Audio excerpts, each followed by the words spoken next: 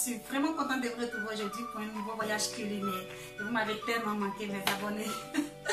Donc aujourd'hui, on va pour un voyage dans l'Afrique de l'Ouest avec la recette de la bolo. La bolo est un plat d'origine béninoise. Et nous allons réaliser la bolo aujourd'hui ensemble. Vraiment très facile à réaliser. Et je suis sûre que vous allez adorer. Donc allons-y pour les ingrédients et on se dit à tout de suite.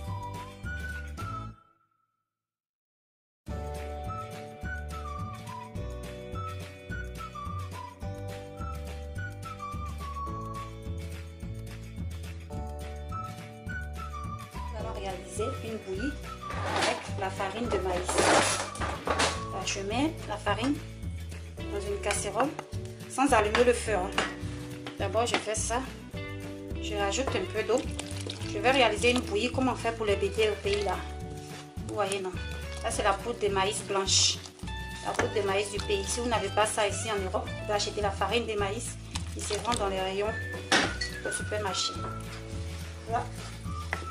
Je mélange bien pour éviter les grumeaux pendant la cuisson. Je mélange bien avec de l'eau froide. Quand le mélange est bien homogène, là maintenant je peux allumer le feu. Mais je mets à feu doux pour ne pas faire cramer. Là maintenant je vais laisser cuire. Je vais remuer tout le temps de la cuisson pour avoir une bouillie lisse. Voici la texture pâteuse que j'ai obtenue avec la bouillie de maïs. Donc je vais laisser refroidir cette bouillie et faire le mélange de la bolo. Ça y est, on y va pour le mélange de la pâte d'abolo. Là j'ai ma farine. Je la renverse dans une casserole creuse. Je renverse la farine de maïzena, le sucre. Je vais mélanger bien le tout ensemble. Cette casserole est un peu trop petite pour les 1 kg d'abolo, donc je vais diviser la pâte après le mélange parce qu'après elle va monter énormément, elle va doubler le volume, donc ça va déborder. Là j'ai une casserole de 5 litres mais c'est un peu trop petit, je vais diviser en deux. Donc là je rajoute 2 cuillères et demie à café de sel.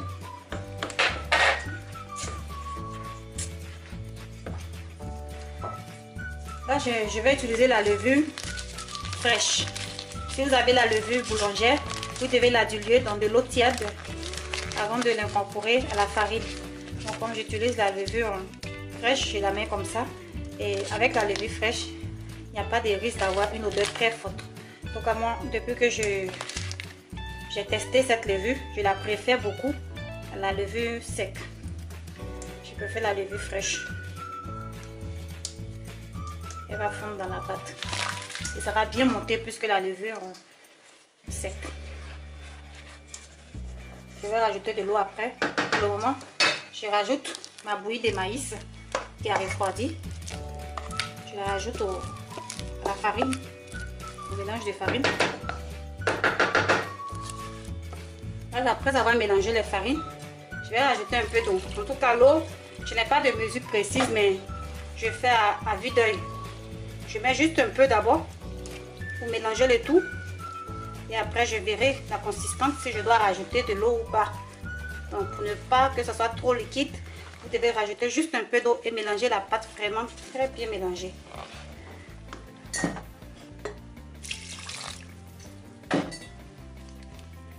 C'était une demi-carafe d'eau que j'avais mis et je vais mélanger le tout. Si c'est votre première recette à bolo, je vous conseille de commencer avec 200 g de farine de riz. Et vous pouvez diviser cette portion que j'ai fait en 5. Vous faites juste une petite portion pour tester la recette avant de vous lancer dans des grandes portions. C'est important de ne pas gaspiller la farine et la jeter après. Voilà, vous devez avoir une pâte comme ça parce que si elle est trop liquide, après la levure va la rendre encore plus liquide quand la pâte va monter. Donc là, cette pâte me convient parfaitement. Je vais juste la diviser dans une autre casserole et recouvrir de film alimentaire. Comme ça. Je vous montre et après je vais le refaire. Vous devez recouvrir comme ça et mettre le couvercle dessus. Sans le film, la pâte risque de déborder. Voilà. Donc je vais laisser ça toute la nuit dans un coin chaud. Vous pouvez aussi l'emballer d'une serviette Là, nous sommes au deuxième jour, le jour suivant de la bolo. Je vais laisser toute la nuit, comme je vous l'avais dit. Voilà. On va découvrir ensemble la texture. Si la texture, comment c'est, ça doit être comme ça. Si votre bolo est liquide, normalement, et puis ça rapide. Vous devez avoir cette texture là pour avoir une bonne bolo. On va passer à la cuisson maintenant. J'ai mes petits moules à muffin. Je vais remplir de pâte d'abolo. Voilà. Je vais les cuire dans un cuisseur vapeur.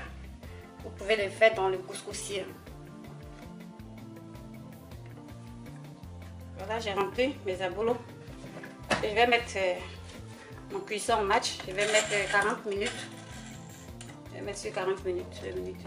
Voilà, après les 30 minutes, notre abolo est prêt. Je vais juste les retirer. Mettre les autres. Voilà. Je vais vous montrer tout à l'heure la texture, comme ça va refroidir. Vous les mettez de côté, vous attendez que ça refroidisse avant de les démouler. Voilà, les abolos ont refroidi, je vais démouler pour vous montrer la texture. Voilà. Voilà. C'est très bon et ça sent très bon.